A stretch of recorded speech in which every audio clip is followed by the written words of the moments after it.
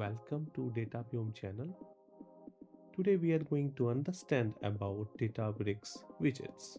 Let's first understand what purpose they serve. First is the dynamic data filtering, which helps us in providing parameters that can have dynamic values, and you can apply dynamic filters with the help of that. With the help of widgets, you can easily switch between different environments. Suppose you have DAB, UAT, or prod environment, then you can easily pass parameters like catalog, schema names, table names in case they are different, especially in case of CI/CD pipelines. And third is widgets helps us in creating reusable pipelines. So if you have the same pipeline logic for multiple tables, you can create a single notebook, and with the help of widgets, you can pass different values. So there is no need to create multiple notebooks for that. Single notebook will serve the purpose. Let's understand what are the types of widgets. So first is text. Input a value in a text box. So you can enter any freeform text. Second is the drop down. So we need to select a value from a list of provided values. One example can be states of United States of America. So if you provide the functionality to select any state, then you can pass those codes as a drop down list. Third is a combination of text and drop down.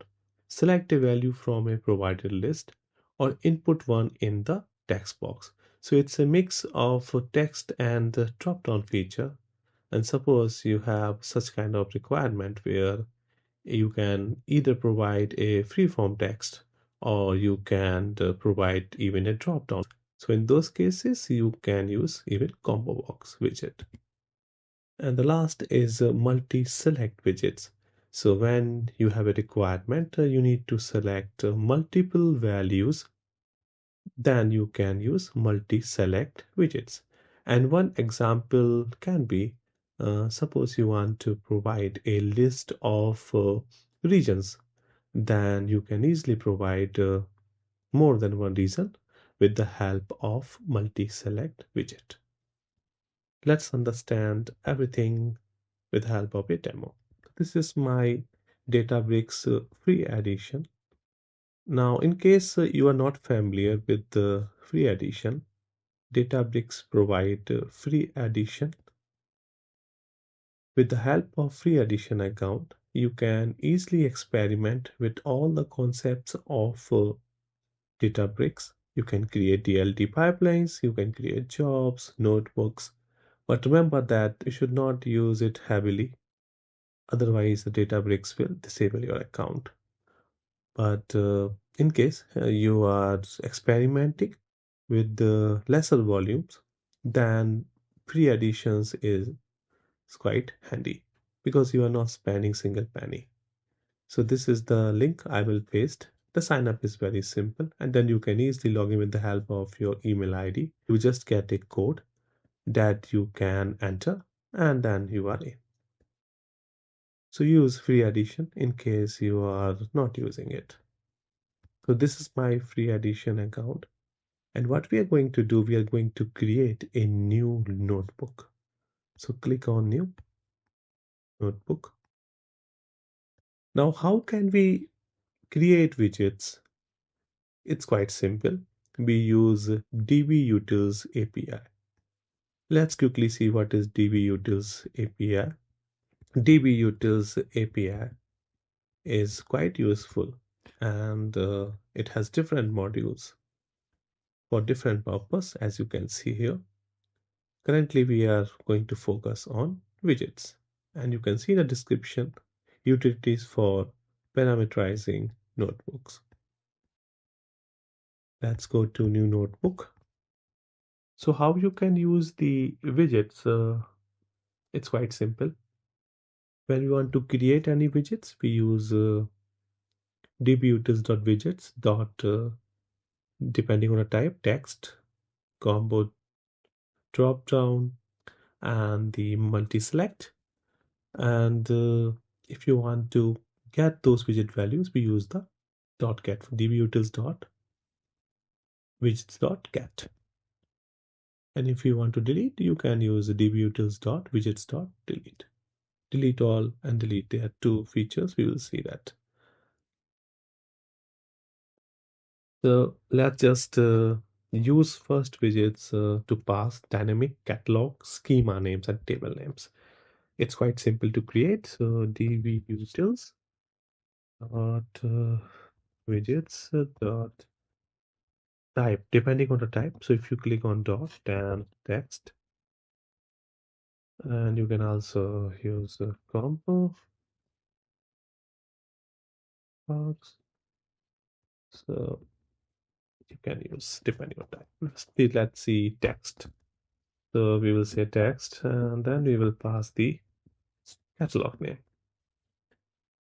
This is the most common usage of widgets, what I've seen over these years.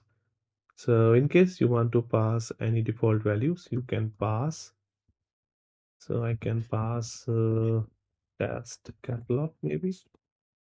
And then this is the label name. So let's just give a different name so that you can see how the label looks like.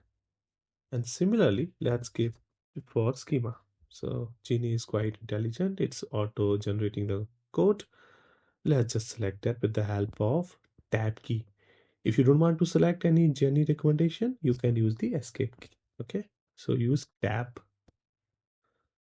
Right, so we have selected. Now it will create 3 widgets.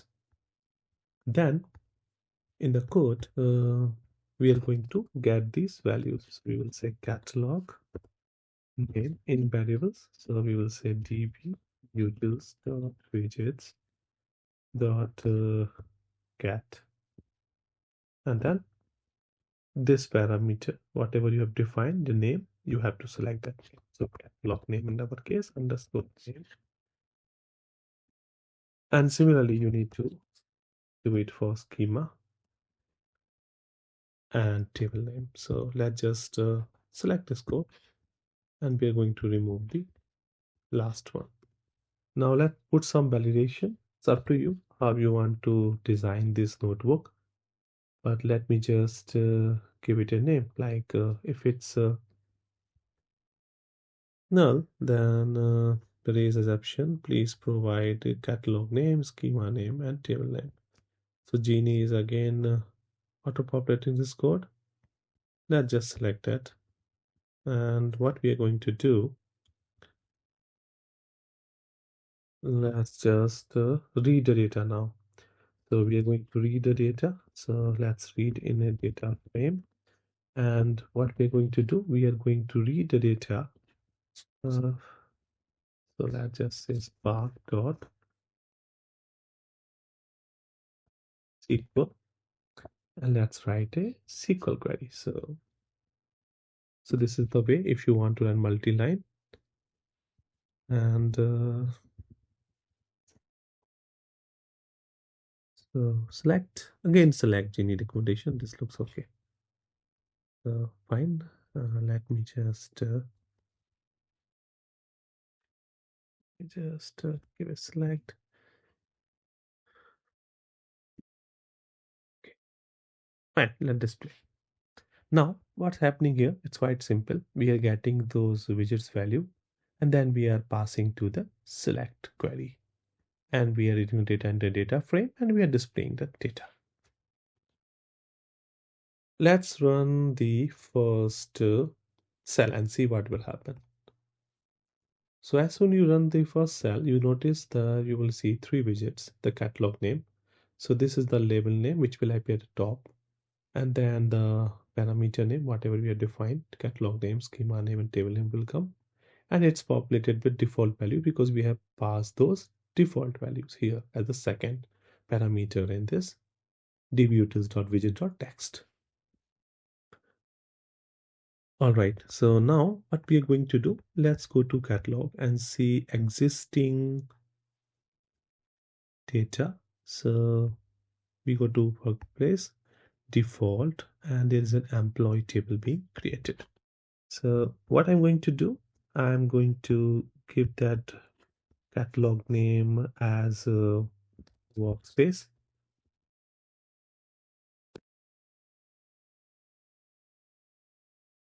and then I will pass this schema as default because that is the schema name here. And the table will be, let's just give a wrong table name and see what will happen. So we are giving employees, the table name is employee.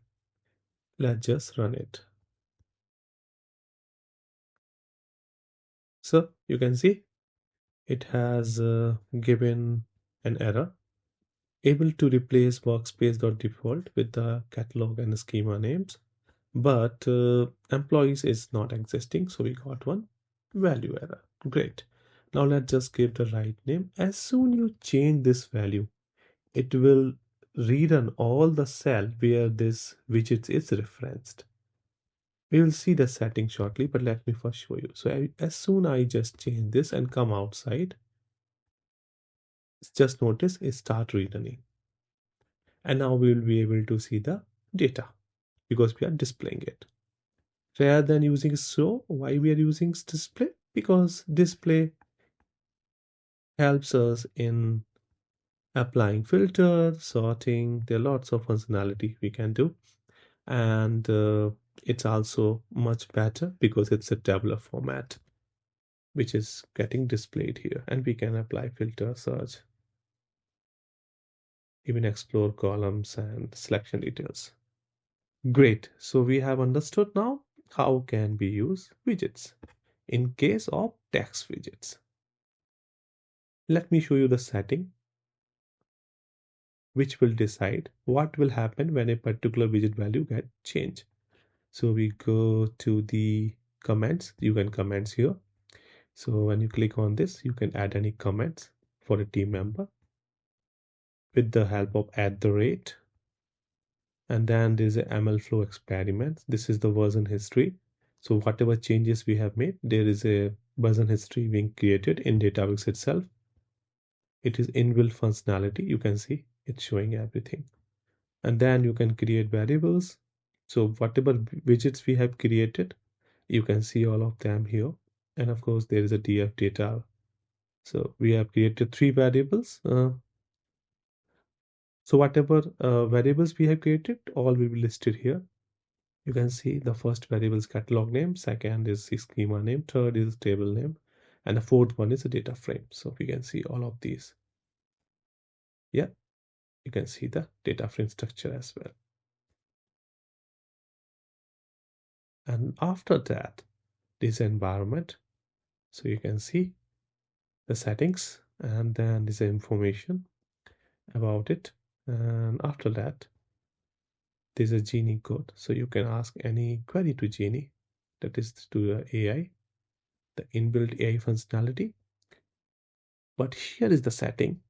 So if you click on this, you can change change the order of the widget. So suppose I want table name in second, I can do like this. So it will move to the first. Actually, let me just okay.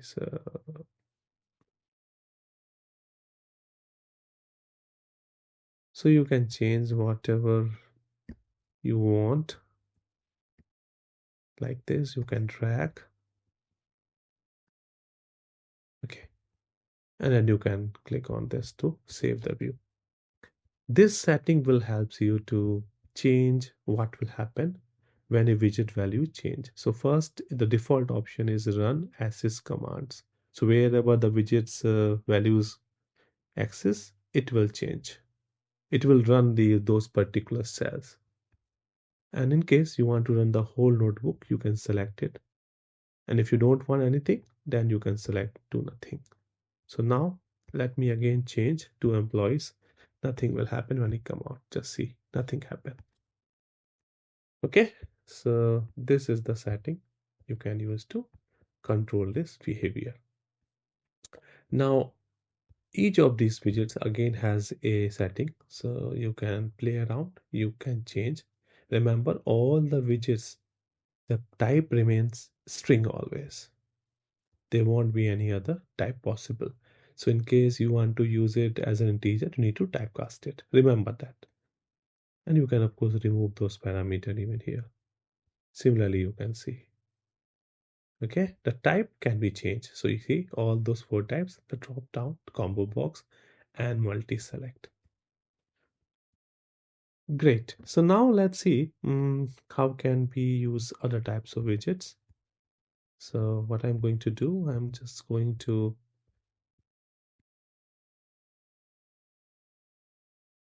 come down and create a new code. So let's create a new widgets and say widgets. And this time we are creating a drop down. So I will say drop down. And then let's give a name. So maybe environment name. Let's choose a name. And then again, I need to provide a default value. So let's say debit and then a list. What are the possible value? Remember, it's a drop down. So Genie is auto populating the code and this looks fine. So I will select it. And again, a label name. So I will say environment. Okay. Great. As soon you run this widget, let's see what will happen. So if I run this, notice a widget has been created with drop down. Okay, so let me just print the value. If I let me just get those value. So I will say environment name. So again, we're creating a variable, and let's just say TV utils. Oops, it's start creating something else. We don't want that. Okay, so let's just print the environment name. And we don't need this, so fine. So what we are going to do, we are going to print the environment name which we have selected. Let me show you how it will work. So if I run this cell, now currently the default is dev. Let me change it to test. As soon as I change it to test, nothing is happening because we have changed the widget settings. Let me just change it to run as is commands and click it close. And now again, let's change it to test. So it will start running and you can see test. You can set pod. So this way, drop down widgets will help you to set any dynamic values when you want to provide some kind of list to the user. Now this can be even a region name or it can be a country list. Whenever you have predefined input, you can do like this. Now let's create another one widget, which is the combo box. So again, I'm going to create a new cell and let me just say users dot widgets dot drop down. No, sorry, it's a combo box. Yeah. And here again, I will give environment name because I want to show you the difference. But let's just skip this time region just to keep things different.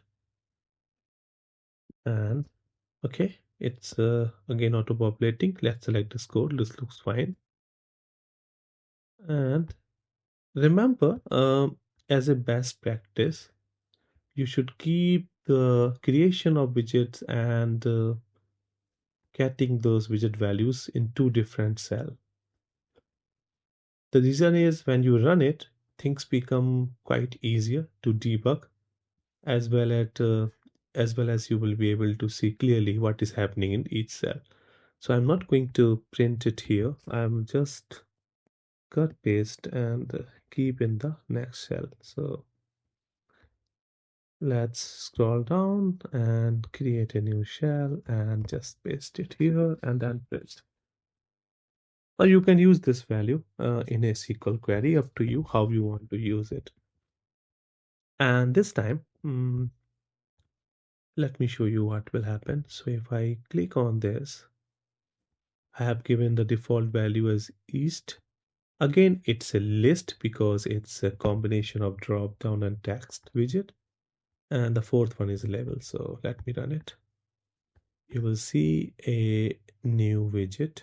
Now, I don't want a region name to come here. So I'm going to change the order. And what I'm going to do, I don't want the environment name to come here as well. So I will keep catalog name, schema name.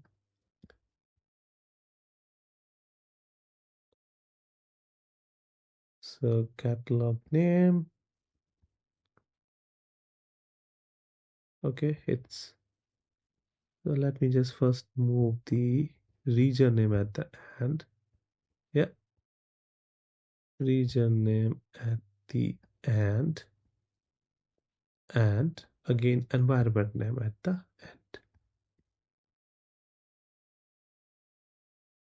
Okay, this looks fine. Just save it. No, we want in the order. So regions should come in the last. Yeah, now it's fine. So the order we have defined, we are keeping the same order here. Great. So we have created the widget. Now let's get the value. And it's East because default is East. Now notice that the region name is a combo box. So if I click on cross, I will be able to see all those four values just like drop down. And let me select South and run. So we'll come out and it will run this cell because settings like that. South, fine. Now let me give central and come out and it's central. So it's contain features of both text as well as the drop down widgets. Great. Let's see what will happen if we create the last type, that is the multi-select. Again, simple syntax. And you can now understand what values they provide because things become so simple. So it's colors, okay? Let's go ahead with colors, not a problem. Again, remember, syntax always same. This is the parameter name. Second is the default. Third is the list of the values. And fourth is the label. And we are not going to keep it here as I discussed before. So we'll keep in the next cell. And we'll get multi-select. Great. So let's just, okay, so multi-select here. Let me just move it to the end. Drag it to the end. Great. Save this view. Okay, so multi-select, I can select obviously multiple values. Let me select, okay, let's just run this. But remember, everything will be string, okay, for all the widget types. And I will show you now. So if I select one more type, West, you can see East, comma West. So it's a comma separated string. How we can confirm? Let me just say print type and multi-select. And you can see the class is string. Now, in case you want to provide it as suppose in the where clause of a SQL, you can just separate it. You can just split it on the basis of comma, and then you can just create the in clause. Okay, how we do in SQL.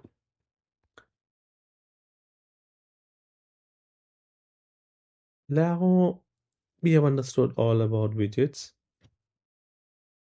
You can use these widgets while running a select query. You can also use these widgets when writing to a table. So suppose you have a source and a target, then you can create different widgets: source catalog, source schema, target catalog, target schema. Okay, so you can create depending on your needs. I don't think there's a need to explain that, but widgets can be created as per your use case. Now, another special thing about widgets is I can use those same parameters and pass them from a job. And let's create a job, and we are going to run this whole notebook as a task.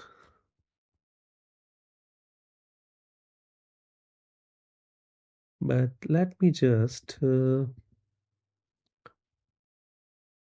because I don't want to make it complicated. Okay, we do have default values, so not a problem. Yeah, let me show you what will happen. So I will go to jobs now. I will go to jobs, and let's go to jobs and pipelines. Let's give it a name, widget. So I'm renaming testing. Great.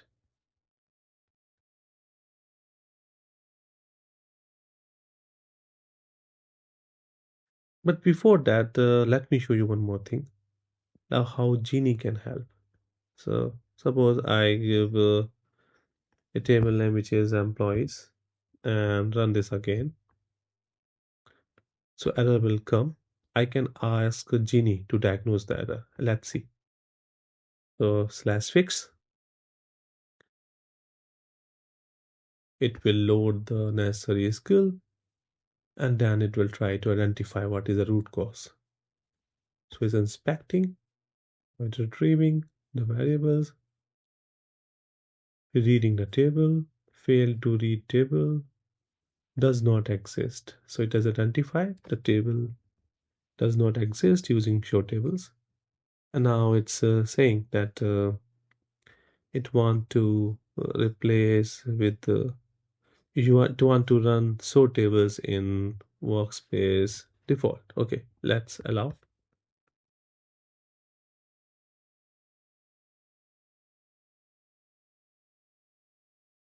Now it's aware that the table is employees. And see, it will even recommend the change. And I really like Genie. It's very intelligent. Just see. Yeah. So I will reject it, but I just wanted to show you that Genie is a great AI tool which can really speed up the Databricks development. But when you are learning, initially don't use Genie. Otherwise, you will not be able to understand the syntax well. Okay, fine. Let's go to job now. So we are going to create a new job. Go to jobs and pipelines. So here you can see the jobs, the pipeline. In case you create any DLT pipelines, you can see here. Now I'm going to create a new job. So let's click on create and job. As soon you create on job, as soon you click on job, you will see run a notebook. And I'm going to give it a task name. So I will say run widgets task name. Type is notebook, workspace is fine, so it's not cancel, and select notebook. So our notebook is widget testing, confirm, and compute is currently serverless. Let's keep it same. Now there's the environment and parameters. So these are the parameters that can replace the widgets values. But remember that whenever we create any such parameter, we need to give the same name. Okay, that's quite obvious, by the way. And I'm going to just I have two choices. I can do it as a task level here. So I can either give it here. Let's just give it a name. So I will just say catalog name, and I will pass it a value, workspace. Okay. Now remember, this is all happening inside a task. Yeah. So this is the parameter that we pass to the task. But in case you want to pass something as job label, you can define parameters even here. Let's do it job level, but I wanted to show you that even we have functionality to pass parameters at task level. So save and continue. So in case you want to pass any system parameters, you will need to click it here and you can see the name. So job ID, job name, job.run ID, start time. There are many parameters which you can use. And this is something the database will take care, okay? But we are going to use catalog name because we have created widgets. In case you don't pass any parameters, whatever you have defined, that will be treated. That will not be overridden because there is no parameter you are passing here, right? So we are going to just pass the workspace and schema name, default, and table name, employee. Okay, let's click on save. So we have defined three parameters. Now we can click on edit parameters. You can again handle. Yeah. So click on cancel. We have set those parameters here. And now, of course, we can define a number of tasks here. You can put them in parallel, sequence, whatever the flow. But before running it, let me change something in a notebook. The reason is I don't want to keep things same because I want to show you that the data will be overridden. So I will go to workspace, which is testing, and I will change it to employees. Not here. I will change the. Okay, now you can see. So I can show you. Yeah, we have given task catalog, task schema, and task table as a default name, and the widgets, the employees, and all. Let me just remove it. And okay, so when we remove it, we are getting this error. Now I'm doing it willingly because I want to show you that it will work. It will override this value. And when you click here, you can see it the schedule. It's not scheduled because we have not given the frequency, but you can see a new job has been added.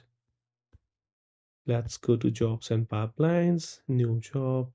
Let me just show you how can you click on this and then how can you schedule. So we have schedules and triggers. Click on add trigger and the file variable, table update, continuous. So we will just click on scheduled and we will say every day.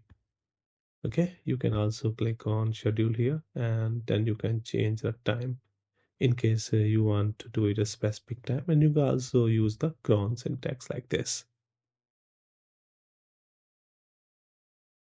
Fine, so run every day, trigger status active. You can also make it pause in case you want to pause the job. Click on save. And let me just give it a name that job widgets testing. All right, so we have given everything and let's just run now. You can see the view the run. Now it's running, you can see. Now it will run the notebook. And notice the table name because it will overwrite.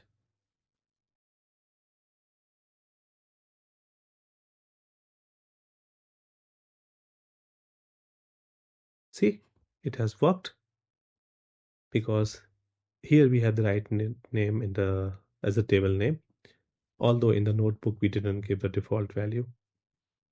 And we have also removed the widgets. So sorry, we have given the default value as test table, but we have removed that value from the widgets in the UI. And see, everything work. Now let me show you, if I change the name, it will not gonna work. So I will go to edit task and change this parameter to default one because I want to show you that it's getting overridden. And now it will fail. You run, and this time it will fail because workspace one doesn't exist. Sorry, default one doesn't exist. See, we got a default one.